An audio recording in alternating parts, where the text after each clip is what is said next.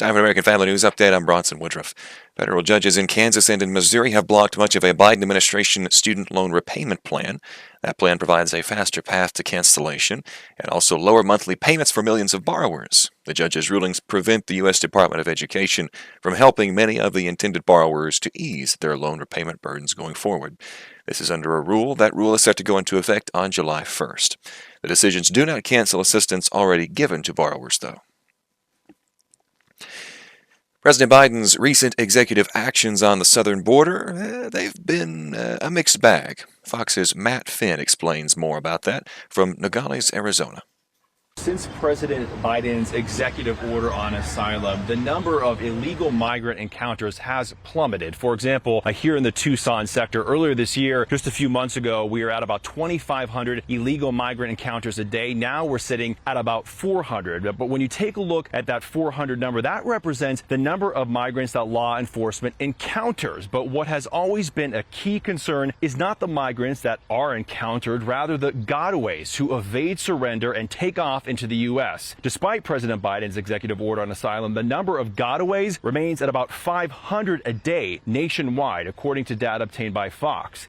Since the beginning of fiscal year 2024, there have been over 61,000 gotaways in the El Paso sector, followed by 54,000 in the Tucson sector, and another 30,000 in the Del Rio sector. On Monday, the Supreme Court jumped into the fight over transgender rights. The courts agreed to hear an appeal from the Biden administration. It's seeking to block state bans on what advocates call gender-affirming care.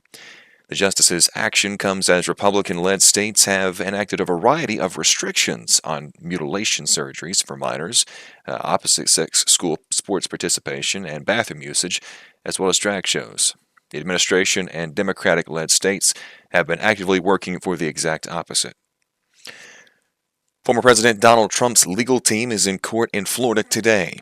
This as Fox's Jeff Paul reports from there to tell us more about what's going on. He's in Fort Pierce, Florida. Day 3 in a series of hearings related to Trump's classified documents case. We expect Trump's defense team to argue that the evidence taken by the FBI during that search of Mar-a-Lago really isn't done in a lawful way. Now, Trump's attorneys will likely push Judge Eileen Cannon to throw out all the evidence uncovered because, again, they believe that search was unlawful. Their basis for that argument, in part, stems from Trump's legal team saying that there was some crucial information that was not given.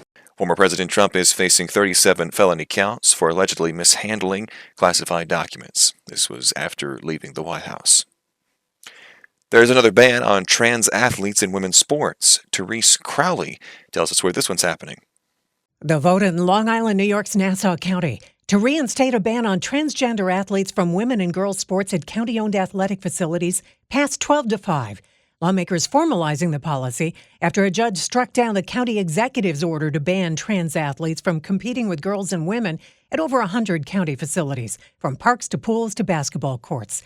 Legislator Samantha Getz supported the bill, telling Fox, "You are denying access for a female because females can't compete with the men." Nassau County's order does not restrict trans athletes from competing on boys and men's teams. Supporters say the order is to create a safe environment for women.